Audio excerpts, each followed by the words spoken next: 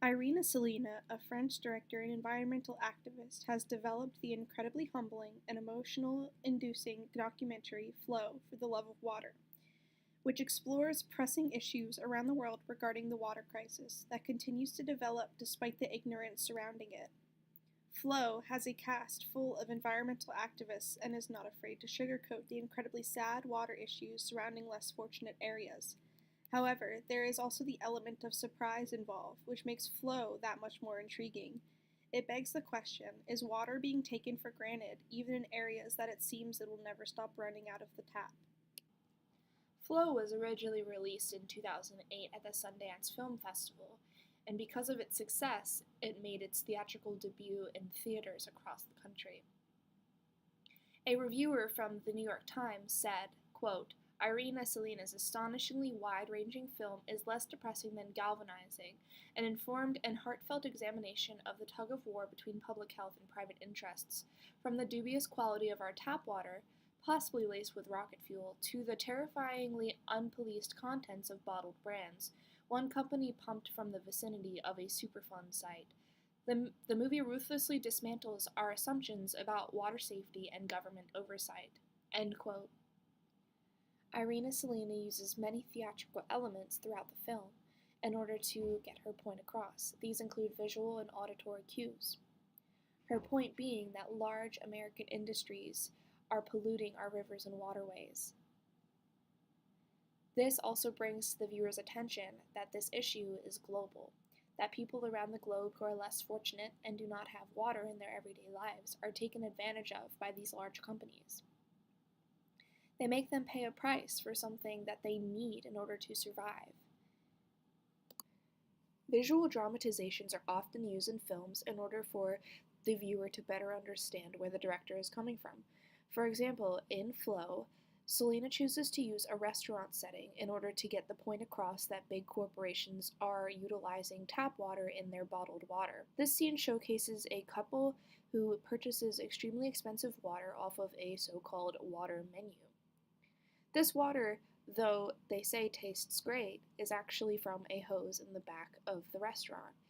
This uses the element of surprise on the viewer and allows them to better understand that large corporations are claiming that their water comes from somewhere when it actually doesn't. Leo Hickman is a journalist for The Guardian. He developed an article that explains what makes a good environmental film.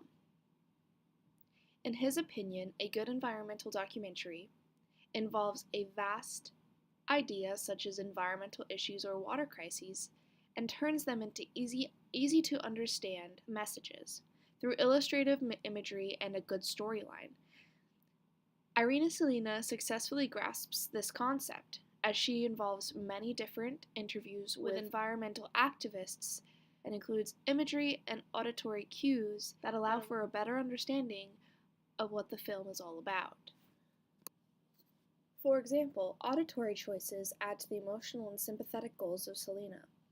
Water sounds are heard frequently throughout this documentary.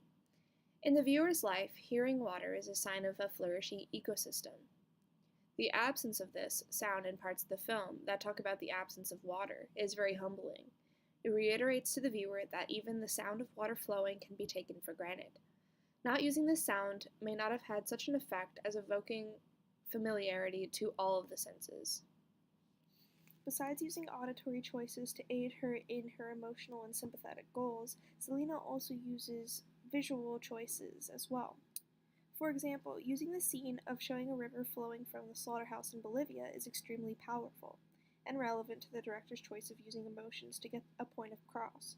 Using ethos in this sense allows for the message of water contaminants as well as being heart-wrenching seeing all of the blood in the water as a result of the slaughterhouse.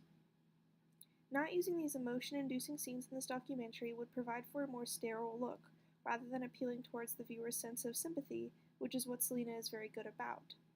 The scene also includes a lot of contaminants in the water because people around the community do not have indoor plumbing, and therefore need to use the river in order to relieve themselves. This allows for an extremely humbling look into lives for people that do not have water running from the tap. Overall, this film is very successful in evoking emotions, which allows for easy understanding and willingness to do something about the issue. Flow and other environmental documentaries like it are a great starting point for discovering how important knowledge and understanding about global water crises is.